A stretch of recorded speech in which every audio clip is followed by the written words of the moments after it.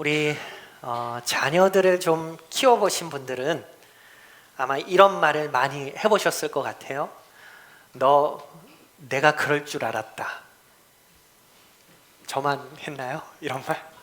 저는 어제도 한 것 같습니다. 어제도 한 것 같은데요. 우리가 아이를 키우다 보면 뭐 어떤 일이 갑자기 벌어지는 것처럼 보여도 우리 부모에게는 그 일이 어때요? 갑작스럽지만은 않을 때가 있습니다. 왜냐하면 평소에 아이가 어떻게 행동하는지 뻔하게 보이기 때문이에요. 어떤 습관이 있는지, 어떤 상황에서 어떤 반응을 보이는지도 다 알고 있습니다. 그래서 아이가 사고를 치거나 하지 말라고 했던 일을 결국 저지르면 이 말이 툭 하고 튀어나오는 거예요. 너 내가 그럴 줄 알았다. 그런데 여러분, 이 말이 무엇입니까? 지금 일어난 그 일을 그동안의 행동과 연결해서 이해하고 있는 거예요. 자연스럽게 원인과 결과를 연결하는 거죠. 이 원리를 표현하는 사자성어가 있습니다. 뭐죠? 인과 응보이죠. 원인이 있으면 그에 따른 결과가 있고, 내가 행한 것에 따라 그에 맞는 결과를 받는다라는 뜻의 사자성어지요. 사실 우리가 살아가는 세상에서는 이 원리가 분명히 여러분 존재합니다. 사람이 무엇을 선택하느냐에 따라서 삶의 여러 결과가 따라오게 되는 거죠. 정직하게 살아가는 것과 거짓되게 살아가는 것에는 분명한 차이가 있겠죠. 또 다른 사람을 사랑하고 섬기는 삶과 자기 욕심만을 따라가는 삶에도 서로 다른 열매를 분명히 맺게 될 것입니다. 성경에도 분명히 사람이 심는 대로 거두게 된다라는 것을 여러 곳곳에서 가르치고 있습니다.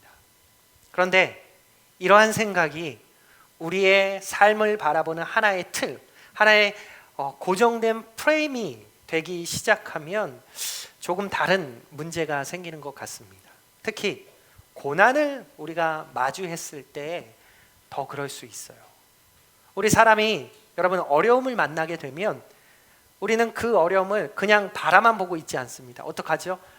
무슨 일이 있었는지를 알고 싶어 하고 그 일이 생긴 이유를 찾으려고 합니다. 갑자기 건강에 문제가 생겼어요. 그러면 마음속에 이런 생각이 떠올라요. 왜 이런 일이 생겼지? 가정에 어려움이 찾아옵니다. 어디서부터 문제가 시작된 거지? 그리고 사업이 어려워지고 계획했던 일들이 계속해서 막힌다면 내가 뭘 잘못 판단하고 있는 거지? 하고 생각하게 돼요. 그리고 우리가 오랫동안 기도했는데도 상황이 나아지지 않아요? 그때는 우리 마음이 더 복잡해지죠. 혹시 내가 하나님 앞에서 잘못한 것이 있지는 않은가라고 생각을 하게 되는 거예요. 이처럼 우리는 고난을 만나면 그 고난의 의미를 알고 싶어 합니다. 고난 자체가 힘들기 때문이기도 하지만 그 고난이 어디에서 왔는지를 우리가 알게 된다면 조금이라도 내 마음이 좀 정돈될 것 같기 때문이기도 해요. 원인을 알면 마음이 놓이잖아요. 그리고 이유를 알면 설명할 수 있잖아요. 왜 그렇게 됐는지. 그래서 내가 앞으로 무엇을 해야 할지도 알 수 있을 것 같은 그런 마음이 듭니다. 그래서 우리는 고난 앞에서 자꾸만 왜 그렇지? 이건 뭐지? 하고 원인을 찾아가요. 그런데 여러분, 원인을 찾는 우리의 이 마음이 언제나 진실에 도달하는 것은 아닌 것을 또 우리가 경험하죠. 어떤 경우에는 여러분 실제 원인을 발견할 수도 있어요. 내가 잘못된 선택을 해서 어려움을 겪을 수도 있고 내가 책임져야 할 일이 분명하게 있을 수도 있습니다. 그런 경우에는 내 잘못을 인정하고 또 돌이키는 것이 분명히 필요하겠죠. 그러나 모든 고난이 다 그렇게 설명되는 것은 또한 아닙니다. 우리가 살아가다 보면 이유를 다 알 수 없는 일도 있어요. 아무 잘못 없이 당하는 고통도 있고 정말 열심히 살아왔는데도 찾아오는 어려움이 있습니다. 오랫동안 믿음으로 살아온 사람에게도 예상하지 못한 일이 찾아오고 하나님을 사랑하며 살아가는 그 가정에도 눈물 나는 일이 생기기도 합니다. 그런 일을 만났을 때 여러분, 우리는 어떤 방식으로 그 일을 이해해야 하겠습니까? 오늘 본문은 바로 그런 장면으로 우리를 이끌어 가고 있지요. 우리가 요한복음 9장까지 오게 되었는데 이 9장 말씀을 보면 예수님께서 길을 가시다가 한 사람을 만나십니다. 요한복음은 그 사람을 아주 짧게 소개하고 있어요. 1절을 보면 날 때부터 맹인된 사람이라고 소개하죠. 그는 어느 날 갑자기 시력을 잃은 사람이 아니었어요. 태어날 때부터 앞을 보지 못한 사람입니다. 아침에 잠에서 깨어나서도 세상을 볼 수 없어요. 사람의 얼굴도 볼 수 없고 자신을 태어나게 해주신 그 부모님의 얼굴도 보지 못하겠죠. 길을 걸어갈 때도 다른 사람들의 부축을 받아서 가야 했을 거예요. 당시의 사회적인 환경을 생각해 본다면 자신의 생계를 유지하는 일도 이 사람에게는 쉽지 않았을 것입니다. 그런데 이 사람을 바라보던 제자들이 예수님께 이렇게 물어요. 2절에 보면 라삐여, 이 사람이 맹인으로 난 것이 누구의 죄로 인함이니까? 자기니까? 그의 부모니까? 지금 이 제자들이 맹인을 바라보면서 가장 먼저 생각하고 있는 게 뭐예요? 원인이에요. 원인. 왜 이런 일이 일어난 건지 그 원인을 찾고 있어요. 누구 때문입니까? 누구의 잘못입니까? 이 사람입니까? 아니면 그 부모입니까? 아마 당시 제자들에게는 이렇게 생각하는 것이 사실 그렇게 이상한 일은 아니었을 거예요. 왜냐하면 당시 사람들이 가지고 있던 이 고난에 대한 이해 속에서는 충분히 나올 수 있는 생각들이었습니다. 그런데 바로 그 자리에서 우리 예수님께서 말씀하시잖아요. 그리고 그 예수님의 대답을 오늘 우리가 함께 살펴보게 될 것입니다. 오늘 본문을 통해서 우리는 고난을 만났을 때 어떤 방식으로 내가 그 고난을 마주하고 있는지, 그리고 누군가의 아픔을 바라보면서 어떤 마음으로 그 사람을 바라보고 있는지를 돌아볼 필요가 있습니다. 오늘 말씀의 제목이 무엇이죠? 누구의 잘못입니까? 이 말씀을 통해서 고난을 바라보는 우리의 시선이 새롭게 정리되는 은혜가 있기를 축복합니다. 오늘 요한복음 9장이 이 본문이 우리에게 주는 첫 번째 교훈은 이것입니다. 고난을 함부로 해석하지 마십시오라는 거예요. 고난을 함부로 해석하지 마십시오. 여러분, 우리가 구약을 보다 보면 고난당하는 한 사람을 지켜보면서 그 고난의 이유를 설명하려고 했던 사람들이 등장해요. 여러분 누구인지 아시겠어요? 바로 욥의 친구들이에요. 욥의 친구들. 여러분, 욥이란 사람이 어떤 사람이죠? 하나님을 경외하며 살던 아주 신실한 사람이었어요. 그런데 어느 날 재산 잃고 자녀 잃고 자신의 몸까지 심각한 고통 가운데 놓이게 됩니다. 한순간에 그의 삶이 정말 철저하게 무너져 버려요. 그 소식을 들은 욥의 세 친구가 욥을 찾아오죠. 그런데 욥기 2장을 보면 처음에 이 친구들은 참 잘했어요. 정말 잘했어요. 욥의 모습을 보고 함께 울고 함께 겉옷을 찢고 티끌을 머리에 뿌려요. 그리고 욥과 함께 땅에 앉아서 무려 7일 동안 아무 말도 하지 않습니다. 우리 욥기 2장 13절을 한번 같이 읽어볼까요? 시작. 밤낮 7일 동안 그와 함께 땅에 앉았으나 욥의 고통이 심함을 보므로 그에게 한마디도 말하는 자가 없었더라. 한마디도 그에게 말하지 않아요? 정말 좋은 모습이죠. 참 친구 같아요. 고난당하는 사람들에게 여러분 꼭 많은 말이 필요한 게 아니잖아요.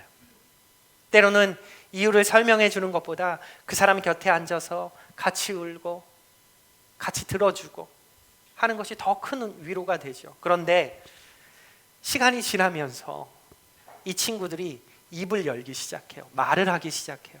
그리고 그때부터 문제가 생기죠. 친구들은 욥의 고난을 설명하기 시작합니다. 네가 지금 이런 고난을 당하는 데에는 분명한 이유가 있는 거야. 분명한 이유가 있을 거야. 하나님께서 아무 이유 없이 너를 이렇게 하셨겠냐? 네가 뭔가 잘못했기 때문에 이런 일이 생긴 것이 아니겠느냐? 그렇지 않겠느냐? 이들에게는 하나의 분명한 생각의 틀이 있죠. 뭐예요? 고난에는 그에 합당한 원인이 있고, 지금 욥이 이렇게 고난을 받고 있다면 분명히 욥에게 죄가 있을 것이라는 생각이 이 친구들에게 있는 거예요. 여러분, 성경에는 분명히 죄가 있고 죄의 결과가 있죠. 우리가 잘못된 선택 때문에 어려움을 우리가 겪기도 하고 죄로 인해서 하나님의 징계를 받기도 해요. 그러나 욥의 친구들은 그 원리를 욥의 상황에 그대로 적용해 버려요.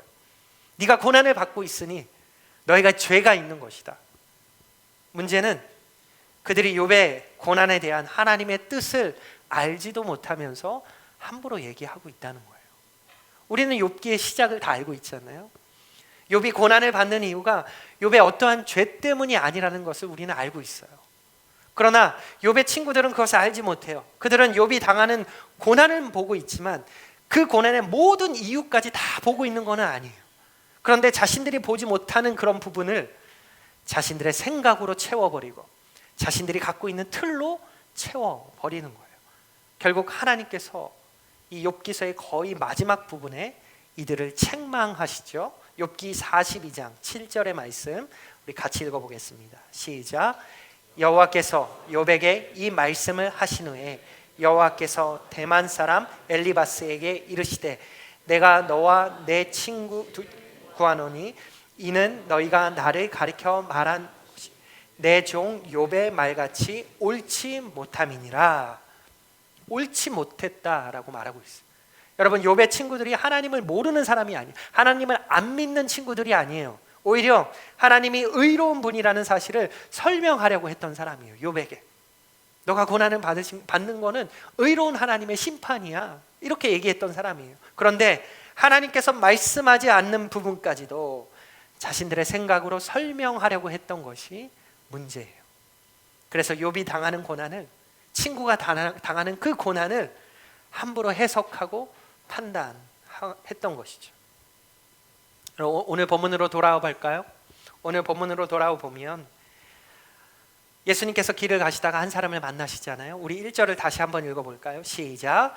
예수께서 길을 가실 때에 날 때부터 맹인된 사람을 보신지라. 당시에 시각장애인, 맹인으로 살아간다는 것은 지금보다 훨씬 더 어려운 일이었겠죠.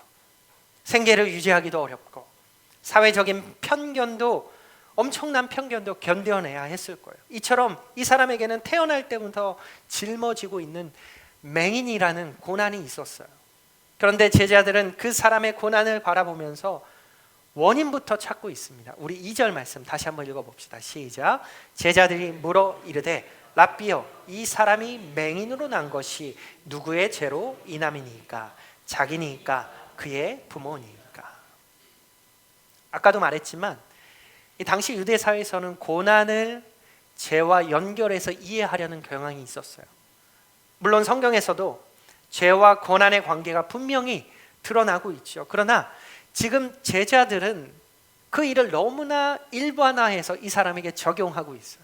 들이대고 있어요. 판단하고 있어요. 그 사람의 고난을 보고 그 원인을 특정한 죄로 함부로 규정하고 있는 거죠. 그런데 예수님께서는 그들의 생각을 그대로 받으시지 않습니다. 우리 3절 말씀, 요한복음 9장 3절 말씀 함께 읽어보겠습니다. 시작. 예수께서 대답하시되 이 사람이나 그 부모의 죄로 인한 것이 아니라 그에게서 하나님이 하시는 일을 나타내고자 하심이라. 아멘. 예수님께서 누구의 죄 때문입니까? 라고 말하는 이 제자들의 시선을 다른 곳으로 돌리시죠. 그런데 예수님께서 하시는 이 말씀이 모든 고난이 죄와 아무런 관련이 없다라고 말씀하시는 것은 아니에요. 성경에는 죄 때문에 발생하는 고난도 분명히 있습니다. 그러나 모든 고난을 개인의 특정한 죄와 연결해서 해석할 수는 없는 것이에요. 물론 내가 잘못해서 어려움을 겪는 경우가 있죠. 그때는 하나님 앞에서 분명히 나의 잘못을 돌아보고 회개해야 합니다. 그러나 다른 사람의 고난을 바라보면서 그 원인을 우리가 함부로 마음대로 판단할 수는 없어요. 그리고 내 삶에 찾아온 고난의 이유도 어떤 경우에는 내가 다 이해할 수도 없어요.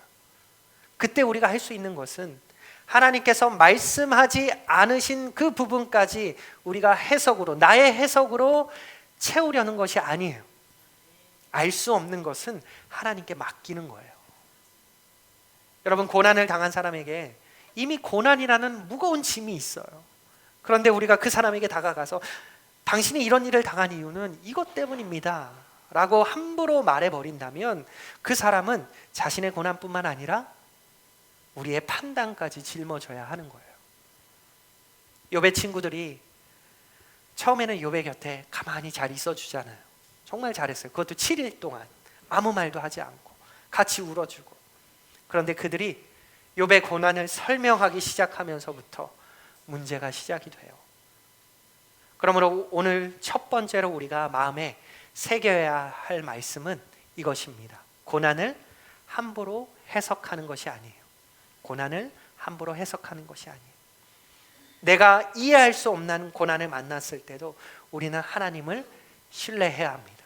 모든 이유를 알아야 믿을 수 있는 것이 아니고 이유를 다 알지 못하는 그 자리에서도 하나님을 신뢰하는 것이 믿음인 줄 믿습니다. 우리 이어지는 본문을 보면 예수님께서는 제자들에게 너희가 그 이유를 다 모른다라고 말씀하는 데서 멈추지 않으시고 그들의 시선을 바꾸시죠. 누구의 죄 때문입니까? 라고 말씀하는 이 제자들의 말에서 하나님께서 지금 무엇을 하시는가를 옮겨주십니다. 이것이 오늘 우리가 배우게 되는 두 번째 교훈인데요. 두 번째 교훈은 예수님은 우리의 시선을 바꾸신다는 거예요. 고난 앞에서 우리 예수님은 우리의 시선을 바꾸십니다. 오늘 본문 3절을 다시 한번 같이 읽어봅시다. 3절 시작. 예수께서 대답하시되 이 사람이나 그 부모의 죄로 인한 것이 아니라 그에게서 하나님이 하시는 일을 나타내고자 하심이라. 제자들이 말했어요. 누구의 죄 때문입니까? 그런데 예수님께서 이렇게 말씀하시죠. 하나님께서 하시는 일이 있다. 이 말에는 아주 큰 차이가 있습니다.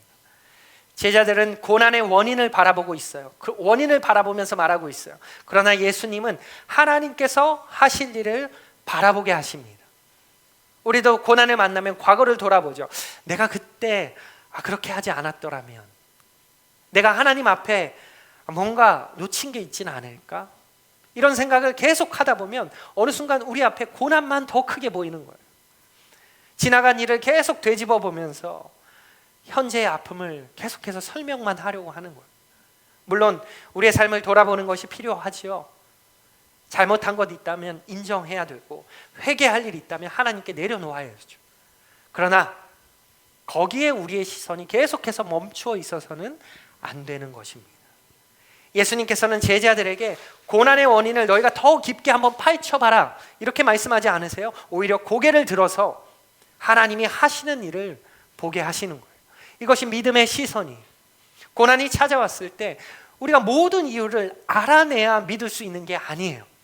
내가 이해하지 못하는 자리에서도 하나님께서 일하고 계심을 믿으면서 그분을 바라보는 것이 믿음인 것입니다. 여러분, 요셉이 바로 그런 사람이었죠. 우리가 너무 잘 알고 있는 이 요셉. 이 요셉의 인생을 보면 이해하기 어려운 일들 투성이었어요. 형들에게 미움을 받죠. 애굽으로 팔려가요. 낯선 땅에서 종이 됩니다. 보디발 집에서 정말 신실하고 성실하게 일했는데 억울하게 누명을 쓰고 또 감옥으로 가요. 이때 요셉이 자기의 인생을, 이 기구한 인생을 다 이해하고 있었을까요? 자신이 당하는 고난을 온전히 다 해석하고 있었을까요? 그렇지 않아요. 그런데 세월이 지나서 요셉이 형들을 다시 만나게 되었을 때, 자신을 팔아넘겼던 그 형들을 마주하게 됐을 때 요셉은 자신의 과거를 전혀 다른 시선으로 바라보고 있었던 것을 우리가 보게 되죠. 우리가 너무 잘 아는 50장 20절 말씀 우리 함께 읽어봅시다. 시작. 당신들은 나를 해하려 하였으나 하나님은 그것을 선으로 바꾸사 오늘과 같이 많은 백성의 생명을 구원하게 하시려 하셨나니. 형들은 요셉을 해하려 했어요. 죽이려고 했어요. 이거는 분명한 사실이죠. 요셉은 그 일을 없었던 일처럼 말하지 않아요. 형들의 악을 선이라고 말하지 않아요. 그런데 요셉은 그 사건에만 시선이 머물러 있지 않습니다. 당신들은 나를 해하려고 했지만 하나님은 그것을 선으로 바꾸셨습니다. 요셉은 자신의 인생 그 모든 과정 가운데 신실하게 일하고 계신 그 하나님께 시선을 들어서 그분을 바라보고 있는 거예요. 이것이 요셉의 시선이에요. 우리의 삶도 마찬가지죠. 지금 내가 겪고 있는 일이 왜 일어났는지, 도대체 왜 나에게 일어났는지 알 수 없을 때 있어요. 그런데 그 이유를 다 알 수 없다고 해서 하나님께서 일하지 않은 것은 절대로 아닙니다. 내 눈에 보이지 않는다고 해서 하나님 손길까지 사라진 것은 아닙니다. 그래서 오늘 본문에서 예수님께서는 제자들에게 그 시선을 가르쳐주고 계시는 거예요. 그리고 예수님께서 여기서 한 걸음 더 나아가시죠. 본문 4절 말씀 우리 함께 읽어보겠습니다. 4절 시작. 때가 아직 낮음에 나를 보내신 이의 일을 우리가 하여야 하리라. 밤이 오리니 그때는 아무도 일할 수 없느니라. 예수님께서 지금 제자들에게 너희가 하나님께서 하시는 일을 바라보라 라고 말씀하시는 데서 멈추지 않으세요. 시선을 하나님께로 돌려라, 이 말씀에서 멈추지 않고 뭐라고 더 말씀하세요? 나를 보내신 이의 일을 우리가 함께, 우리가 하여야 하리라. 우리가 하여야 하리라. 하나님께서 하시는 일을 바라볼 수 있는 사람은, 그 시선을 하나님께 두는 사람은 바라보는 데서 그치는 것이 아니라 그 일을, 예수님께서 감당하시는 그 일을 함께 감당하게 될 것을 말씀하시는 거예요. 우리가 함께 하여야 하리라. 그리고 5절에서는 이렇게 말씀하십니다. 5절 말씀도 같이 읽어보겠습니다. 시작. 내가 세상에 있는 동안에는 세상의 빛이로다. 지금 예수님 앞에 누가 서 있어요? 날 때부터 앞을 보지 못했던 그 맹인. 이 사람에게는 세상은 처음부터 어둠이었어요. 오랜 시간 동안 어둠이었어요. 그런데 예수님께서는 그 사람을 앞에 두고 자신을 세상의 빛이라고 말씀하세요. 이미 요한복음 1장에서부터 세상의 빛 되심을 선포하셨던 이 예수님께서 지금은 실제 한 사람의 인생 가운데, 그 인생의 어둠 가운데 찾아오시는 그 장면을 우리에게 보여주고 계시는 것입니다. 제자들은 그 사람의 어둠만을 바라보고 있었지만 예수님께서는 그 어둠 가운데 빛을 드러내시고 하나님의 일을 바라보게 하시고 시선을 하나님께 돌리게 하는 거예요. 여러분, 우리가 고난 만났을 때 가장 먼저 변해야 할 것이 우리의 상황일 수도 있겠지만 때로는 그 상황을 바라보는 우리의 시선이에요. 우리의 시선이 여러분 변화되어야 하는 것입니다. 마태복음 14장에 제자들이 배를 타고 가다가 바다 위에서 큰 풍랑을 만나잖아요. 그때 예수님께서 물 위를 걸어서 제자들에게로 오세요. 베드로는 예수님께 나도 물 위를 걷게 해달라고 말하잖아요. 이게 베드로잖아요.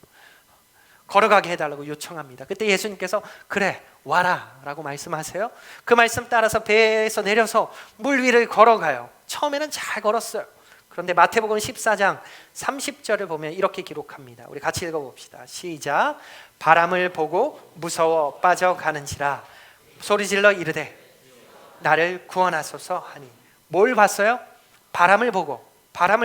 베드로에게 문제가 생긴 것이 그때부터 바람이 갑자기 불기 시작해서가 아니에요. 바람은 처음부터 불고 있었어요. 풍랑은 처음부터 치고 있었어요. 그런데 어느 순간 이 베드로의 시선이 예수님에게서 바람으로 옮겨가요. 예수님 바라볼 때 물을 걸었죠. 그러나 바람을 보게 되자 두려움에 사로잡히게 됩니다. 여러분, 우리의 고난도 마찬가지예요. 고난이라는 바람은 우리가 원한다고 해서 당장 멈추지 않을 수 있어요. 경제적인 어려움, 관계의 어려움, 건강의 문제, 때로는 기도해도 상황은 그대로고 아무리 애써도 길이 보이지 않을 때도 있어요. 그런데 그때 우리의 눈이, 여러분의 눈이 어디를 향하고 있는지를 여러분 돌아보셔야 합니다. 고난만 바라보고 있습니까? 문제만 바라보십니까? 사람의 잘못, 누군가의 잘못만 바라보고 계십니까? 아니면 그 모든 상황 가운데 계시는, 함께 하고 계시는 그 예수님을 바라보고 계십니까?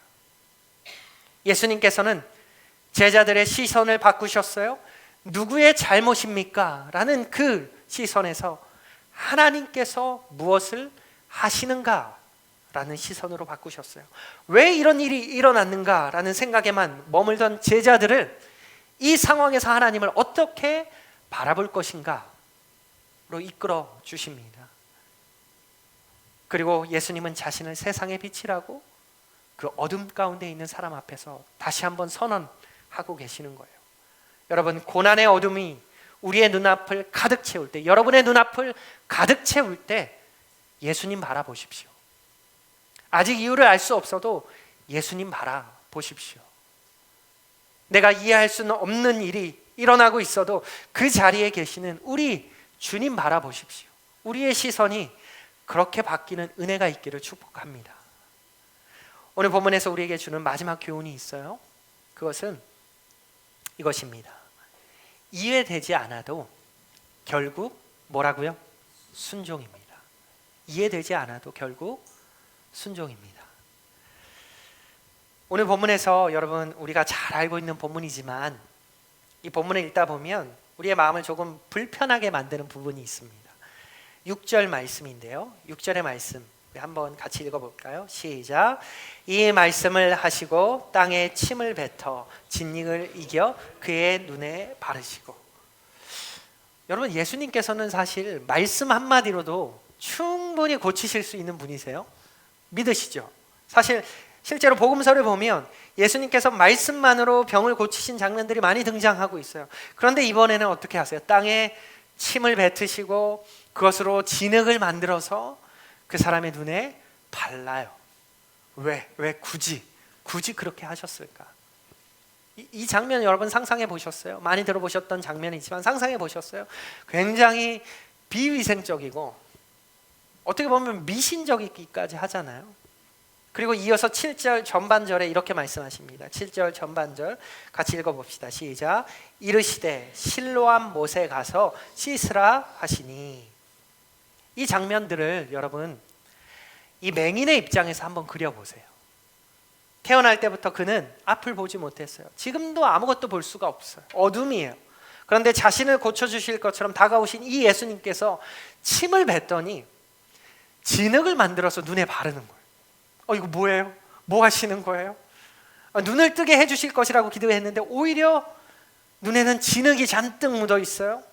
왜 이렇게 하시는지 설명해 주지도 않으세요? 왜 침을 사용하셨는지도 말씀하지 않으세요? 왜 하필 실로암까지 가라고 거기 가서 씻어야 한다고 말씀하시는지도 설명하지 않으세요. 예수님께서는 그저 뭐라고 말씀하셨어요? 실로암 못에 가서 씻으라 라고 말씀하세요. 그런데 이 사람은 어떻게 합니까? 요한복음 9장 7절은 이 맹인의 행동을 후반절에 아주 심플하게 기록하고 있죠. 읽어봅시다. 시작. 이에 가서 씻고 밝은 눈으로 왔더라. 이에 가서 씻고 밝은 눈으로 왔더라. 여러분 여기에 우리가 놓치지 말아야 할 믿음의 모습이 있어요. 이 사람은 이 예수님의 방법을 다 이해해서 움직인 게 아니에요. 예수님께서 무엇을 하시는지 모든 설명 다 듣고 잘 이해한 후에 그 다음 걸어간 것이 아닙니다. 그저 실로암 못에 가서 씻으라 이 말씀 하나 듣고 움직였어요. 여러분 우리는 어떻습니까? 우리는 하나님께서 무엇을 하시는지 다 알고 싶어요. 이해하고 싶어요. 하나님께서 왜 이런 일을 허락하셨는지 세세하게 다 알고 싶어 합니다. 하나님께서 어디로 인도하시는지도 우리는 미리 알고 싶어요. 하나님 다음은 어디예요? 그리고 하나님께서 하시는 그 일이 내 생각과 이렇게 맞아떨어져야 마음 편하게 순종하고 싶어요. 그런데 성경을 보면 하나님의 방법은 우리의 생각과 다를 때가 많아요. 아까 말한 요셉만 해도 그렇죠. 아까 말한 그 요셉만 해도 하나님께서 요셉을 애굽의 총리로 세우실 계획을 가지고 계셨지만 요셉이 그 모든 과정을 미리 다 알 수는 없었어요. 알 수 있었던 거 아니에요. 감옥에서 그가 총리가 될 걸 알고 있었을까요? 전혀 그렇지 않아요. 그러나 하나님께서는 그 모든 과정을 사용하셔서 하나님의 뜻을 이루셨죠. 오늘 본문의 맹인도 마찬가지입니다. 하나님께서 자신의 눈에 침으로 짓이긴 그 더러운 진흙을 바르셨어요. 그리고 실로암 못에 가서 씻으래요. 이 사람에게는 거절할 수 있는 순간들이 분명히 있었을 거예요. 왜 이런 방법을 사용하시지? 아니 눈을 고쳐주신다면서 웬 진흙을 바르시는 거야? 더러워 죽겠네. 저 안 할래요. 예수님 아니에요. 그만하세요. 그리고 실로암까지 가게 하시는 이유가 뭡니까? 저 못해요. 거기까지 제가 어떻게 갑니까? 더군다나 그는 앞을 볼 수가 없잖아요. 실로암까지 가려면 또 누군가의 도움을 받아서 겨우겨우 더듬어 가면서 그 길을 찾아가야 했을 거예요. 더군다나 눈에는 예수님께서 발라주신 진흙이 잔뜩 묻어 있으니 그것을 보는 사람들이 수군댔겠죠. 저 사람 맹인 아니야? 근데 저 눈에 저거 뭐야? 왜 눈에 진흙을 잔뜩 묻히고 있어? 저거 예수님께서 그 침으로 진흙 이겨서 눈에 발라주신 거잖아. 뭐야 왜 이렇게 더러워? 지금 뭔 짓 하는 거야? 이런 말들이, 이런 수군거림이 그 귀에 들리지 않았을까요? 그런데도 그는 순종의 길을 걸어가요. 어디까지 걸어갑니까? 실로암까지 걸어가는 거예요. 실로암까지. 중요한 건 그의 순종이 중간에 멈추지 않았다는 사실이에요. 실로암으로 가는 동안 그의 눈이 조금씩 좋아졌다라는 말씀 없어요. 진흙을 바르는 순간 눈이 조금 열렸다는 말도 없어요. 그는 여전히 앞을 볼 수 없는 상태에서 그저 예수님의 말씀 따라서 실로암까지 걸어가야 했던 거예요. 그리고 그곳에 도착해서 그 눈을 씻을 때 그의 눈이 열리게 되었습니다. 여러분은 어디까지 순종하고 계세요? 내가 이해되는 선까지만, 합리적으로 내가 납득 가능한 그 수준까지만 순종하고 계시진 않으세요? 하나님 왜 이렇게 하시는지 설명해 주시면 제가 그때 순종 잘 해볼게요. 여기서부터는 좀 순종하기가 어렵습니다. 하나님, 납득이 되질 않아요. 그런데 여러분, 하나님께서는 때때로 우리에게 모든 설명을 먼저 주시지 않으세요. 그때 필요한 것이 믿음이고 그때 필요한 것이 결국 순종인 거예요. 예수님께서 지신 십자가의 순종도 마찬가지죠. 하나님께서 세상을 구원하시는 그 방법을, 그 십자가라는 방법을 세상 사람들은 이해하지 못했어요. 하나님의 아들이 십자가에서 죽는다? 이것은 사람의 눈으로 보면 너무나 이상하고 너무나 어리석고 철저한 실패처럼 보여요. 그러나 하나님께서는 바로 그 십자가를 통해서 구원의 길을 여세요. 고린도전서 1장 18절 이렇게 말씀하고 있죠. 우리 같이 읽어봅시다. 시작. 십자가의 도가 멸망하는 자들에게는 미련한 것이요 구원을 받는 우리에게는 하나님의 능력이라. 하나님의, 사람의 눈에 미련하게 보이는 그 십자가가 하나님의 능력이 되었습니다. 그러므로 하나님의 방법이 내 생각과 다르다고 해서 그 방법이 잘못된 것이 아니에요. 내가 이해하지 못한다고 해서 하나님께서 잘못하고 계신 것도 절대로 아니에요. 우리가 하나님을 믿는다는 것은, 여러분이 하나님을 믿는다는 것은 하나님의 신실하심을 믿음과 동시에 하나님께서 일하시는 그 방법까지도, 하나님의 방법까지도 우리가 신뢰하는 것입니다. 여러분, 우리의 인생에도 하나님이 말씀하시는 실로함의 자리가 있어요. 거기까지 여러분이 가셔야 되는 거예요. 지금 당장 모든 것이 이해되지 않을 수도 있죠. 내가 왜 이 길을 걸어가야 하는지 알 수 없을 수도 있어요. 여러분, 그렇다고 멈추지 마십시오. 말씀하신 주님 바라보고 한 걸음을 걸어가세요. 그리고 또 한 걸음을 걸어가세요. 그리고 마침내 예수님께서 말씀하신 그 실로암의 자리까지 우리가 걸어가야 하는 것입니다. 이해되지 않아도 결국 우리가 순종하는 것, 이것이 오늘 우리에게 주시는 믿음이에요. 그 믿음의 자리에서 우리도 우리의 눈이 열리는 하나님의 일을 경험하게 되는 것입니다. 여러분, 오늘 말씀의 제목을 다시 한번 생각해 볼까요? 누구의 잘못입니까? 라고 했죠. 제자들도 누구의 죄 때문입니까? 라고 원인을 찾았어요. 그러나 예수님께서는 그들의 시선을 다른 곳으로 돌리셔서 이 사람이나 그의 부모로 되는 것이 아니라 그에게서 하나님이 하시는 일이 있다라고 말씀하셨어요.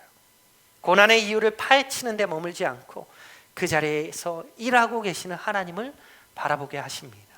그리고 예수님께서는 그 사람에게 말씀하셨어요. 실로암 못에 가서 씻으라. 왜 이런 방법을 사용하시는지 다 알지 못해요? 왜 진흙을 눈에 바르셨는지, 왜 실로암까지 가야 하는지.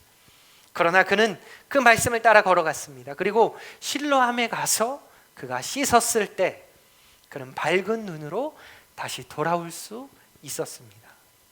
우리 삶에 이해되지 않는 순간들, 여러분 지금 그 터널을 지나고 있는지 모르겠습니다. 왜 이런 일이 생기는지 알 수 없고 하나님께서 왜 이런 길 가운데로 인도하시는지 보이지 않을 때가 분명히 있죠. 그때 우리의 시선이 고난과 과거에 머물러 있지 않기를 원합니다. 예수님께서 가르쳐 주신 것처럼 우리의 눈을 들어서 하나님께서 지금 무엇을 하고 계신지를 바라볼 수 있기를 원합니다. 그리고 모든 것이 이해될 때까지 기다리고 있는 것이 아니라 오늘 주신 그 말씀 붙들고 한 걸음씩을 걸어갈 수 있기를 바랍니다. 어디까지 걸어가야 돼요? 실로암의 자리까지. 주님께서 말씀하신 그 실로암의 자리까지 우리가 걸어가야 하는 것입니다. 모든 이유를 다 알 수 없어도 괜찮아요. 우리의 이해보다 크신 하나님 신뢰하고 우리의 눈에 보이지 않는 곳에서 일하시는 주님을 바라보면서 말씀하신 그 자리까지 끝까지 순종하며 걸어가는 믿음의 성도들이 될 수 있기를 주님의 이름으로 축복하고 소망합니다. 우리 이 시간 잠시 기도합시다. 우리 말씀 앞에 결단하며 우리가 나아갈 때 오늘 우리는 고난 앞에서 우리가 함부로 판단하지 말고 우리의 시선을 고난에서 하나님께로 돌리며 이해되지 않는 순간에도 주님의 말씀을 따라 신뢰함의 자리까지 순종하는 믿음을 배웠어요. 이제 함께 우리가 기도할 때 주님, 제가 이해하지 못하는 일에도 주님을 신뢰하게 하시고 제 눈에 보이는 상황보다 주님 바라보게 하시고 주님이 말씀하시는 곳까지 순종하며 걸어가게 하여 주시옵소서. 이렇게 기도하면서 잠시 결단하기 원합니다. 기도하겠습니다.